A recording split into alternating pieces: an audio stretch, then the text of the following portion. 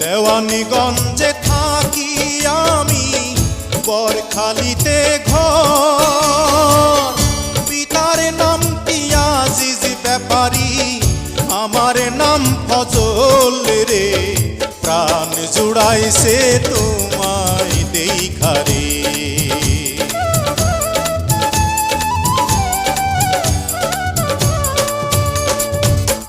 তুমি তো সুন্দরী কন্যা, সুন্দর তোমার